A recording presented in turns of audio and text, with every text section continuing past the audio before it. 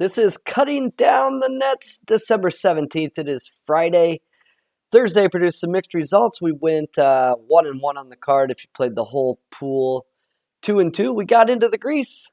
Just not enough. One more day of crappy basketball. And then it's Saturday, where there's lots of good games on the schedule that by the time you're watching this video will be canceled. It's going to be great. Let's get to it. On the year, 205 and 148. Yes, that is 58.1% ATS over 350 games. Last 7 days, 27 and 15. We look at the entire schedule. We run our efficiency model. We narrow it down to a pool, and then we make our decisions after that. Let's look at the Friday schedule. Not a lot of opportunity, but it's a very, very light schedule. St. Mary's, San Diego State, I see nothing there. I'm at 2.427. It's 2.5. It's a neutral court. St. Mary's favored in both scenarios. Not much on NC State, Richmond. Not much on Villanova at Creighton, Model, and Market, both north of 6. We get to St. Bonnie against Virginia Tech on a neutral court. Look, Virginia Tech's going to get some three-point looks. Bonnie D has been off this year. It's just not as strong as last year. So I think this game's really going to come down to probably Couture and Aline for Virginia Tech knocking down shots.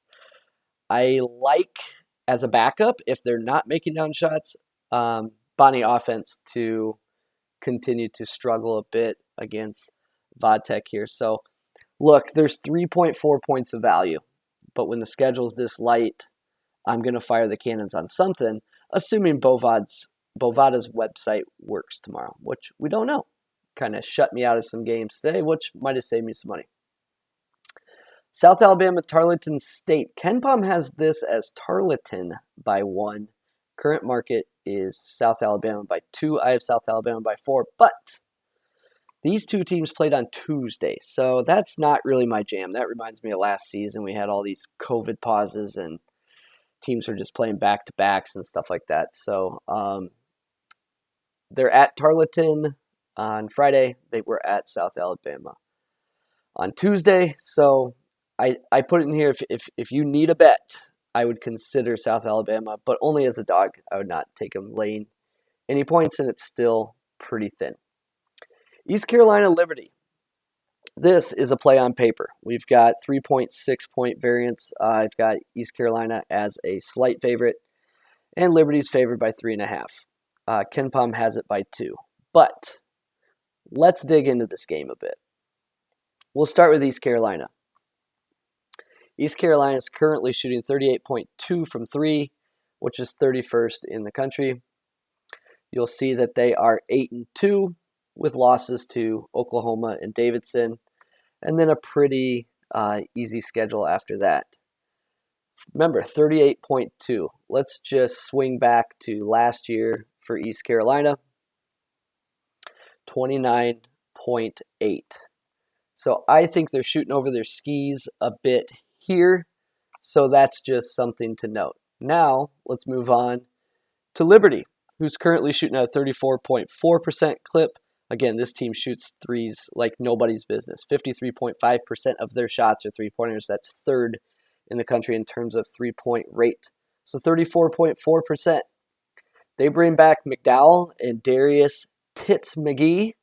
Tits McGee is shooting 30% on the year, 24 out of 78. Let's swing over to Liberty last year. Liberty last year, 15th in three-point rate. Made almost 40%. Tits McGee, where are you at? Darius McGee, 40% three-point shooter. I think it's going to turn around. I think both teams are due for regression, and when that's the case, like sometimes I can live with one, but when it's the case where I think both teams are due to correct themselves a bit, I will stay away from this one. So just wanted to call that out. And it's a good example of what goes into my thought process. The data narrows down the plays, and then I kind of validate that and decide if I think the data is explainable or not. And in this case, yeah, I think there's a lot of risk with that game, along with any team that shoots half their shots from 3-point range, just from a variance standpoint. So, something to note there. All right, let's get on to an actual play. We have UT, RGV, the old Rio Grande Valley at Texas San Antonio. Texas San Antonio is struggling to crack 1 point per possession, and I'm talking true raw data, not adjusted efficiency. True raw data. Should be a fast, likely sloppy game. So let's go over to UTSA. Yes, they played Oklahoma. They scored 0.6 points per possession. That gives you an adjusted offensive efficiency of 0.77. Other games, Denver, ranked 320th. Uipui, 357. Texas A&M Corpus Christi. Lamar. There is a Grand Canyon in there. Sam Houston State. But seeing these point per possessions below 1, not even counting for adjustments, like against those type of teams, yeah, that is pretty scary. And then the defense is like, nah, considering the competition. Now, shoe on the other foot, we've got RGV. I mean, they're ranked 288th in Torfix rankings. This isn't great. I mean, we're talking about two bad teams. But just level of competition. They have played Arizona. They've played Illinois. They've played Texas. Even Texas Southern to some point. And you're just seeing some stronger performances there, even getting to 1.17 against Illinois.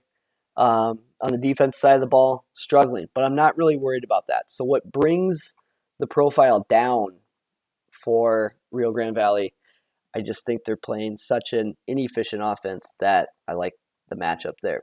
When we dig in a little more, you see two poor offensive teams, two poor defensive teams. That's what you get when you get a matchup like this. But from an effective field goal standpoint, UTSA 43%, which is 329th. Now, given this is some bad defense from RGV, but given the quality of competition, I'm willing to give that a slide in some cases.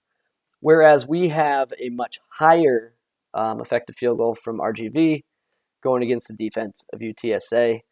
Both teams fast, by the way. Look, it's gross, but I think there is an edge to be had with Rio Grande Valley on a slate like this. I mean, look, there's not many games, so this is the one that stands out in my opinion. It's currently 5, so KenPom has 6, so not really a rush for me to bet that, but the lines have not been moving towards KenPom like they have in years past. Not saying that's jumped the shark or anything, but man, College of Charleston is a good example today. KenPom had them at -1 and opened at 4.5, grew to 5.5, and never got bought back at all, which is crazy. So I don't know, just something to note. So that leaves me with Rio Grande Valley +5. Although, again, KenPom is 6, so you could squeeze a bit more value, get a full 2 possessions there. And then Virginia Tech at -2.5, I would put in the pool. KenPom is 2. So I think you're monitoring, and if you're a Bovada customer, you're currently monitoring everything because you can't even get into your account. So I may go through a different book on BetStamp just to log some plays if I make a decision, but just know I typically don't do that until I can actually bet because it's for tracking bets. So that's it. It is almost done with finals week. So Saturday slate looks good until they all get canceled. And they're dropping like flies, baby. Thanks for stopping by, cutting down the nets.